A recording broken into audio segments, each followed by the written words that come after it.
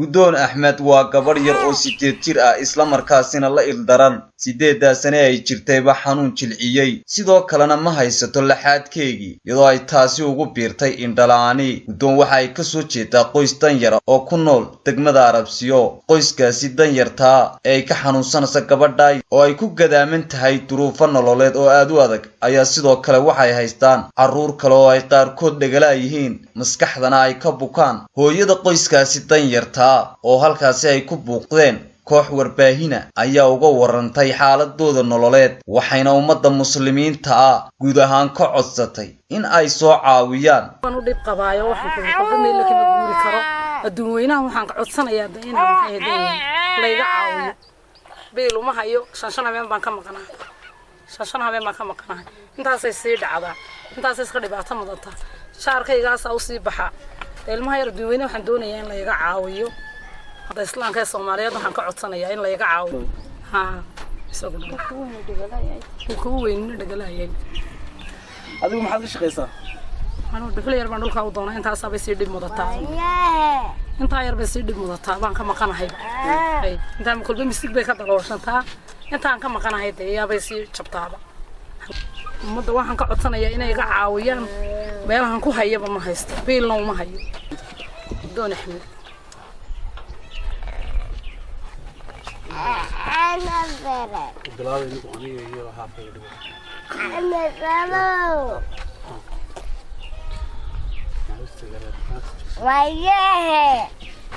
Guddoon Axmed waxa ay ku nooshahay magaalada Arabsiyo waa inay yaro 8 jira wala xaadkaygu weeyday way maraaday meel dhaqaaqa saami jirto waxa ay soo hooyadeed oo dan yar oo ku nool boolka yar Cariishka ay garab joogno ummadda muslimiinta ayaa waxay baaq u diraysaa inay si dir Ilaahay uga caawiyaan inta yar xanuunsanaysa waa dad saboola ma haystaan hooy ma haystaan meel ay galaan ma haystaan dhul ay leeyihiin ay ku hayso waxay markaasi hooyada dhashay Guddoon ay ummadda muslimiinta ka codsanaysaa in laga caawiyo cid kasta oo wax u qaban karta wax ma hayaan dhuxul bay iibisa way dhibaataysan tahay ilmo yar jirkeegu u dhacdhacaya maalinta ka dambaysa xanuunaa ku sii dhacaya meel kasta oo laga raraa markay jagaan qof leeyahay degto bari ka guur baa leedahay iyadoo laba caruurtaas haysta inaka ugu weyn ka dhagalaayay waa qof kasta oo islaami uu garanaya ama dhibaatada haysta qofkaasi qof xanuunsanayo yar lahayn kari qof weyn baa lahayn karayna ilmaha yar inta leeg qofka 8 sano haya dadkuna ummadda muslimiinta Ilaahay markay isku naxariistaan ayuu naxariistaa ganacsatada Soomaaliland maanta cid waay kartaa ma jirto in meel yar oo balooro ay ku hayso wax yar oo lagu caawiyo ay ku shaqeysato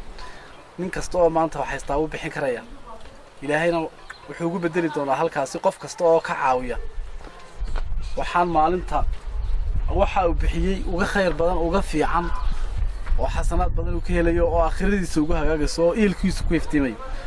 inay yaro 8 jira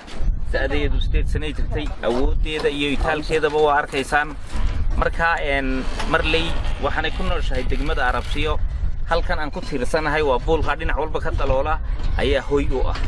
marka ummadda muxsiniinta ee Soomaaliyeed waxa ka codsanaynaa oo inay il naxariis la ku soo eegaan ilmaha yar oo ay ka soo caawiyaan hanti ma laha aabaheed maalin ku dhashay oo arkay in ilmo curyaana tahay uu iskaga tagay hooyadeedii aabaheed way kala tageen hooyada dhashay ilmuhu waxa haysataa labada ubadka mid waa inanku halkan hadda ma joogo suuq u jooga uu dhagalaayay inantana waa aragtaan awoodeeda hooyadaasina halkaas ku nooshay waa hooyo Somaliland ama Soomaaliyeed marka waxaan ka codsanaynaa ummadda muslimiinta ee Soomaaliyeed ee daafaha dunida ku nool inay ay soo caawiyaan ilmaha yar waa sadaqad maanta tii la bixinay tii ugu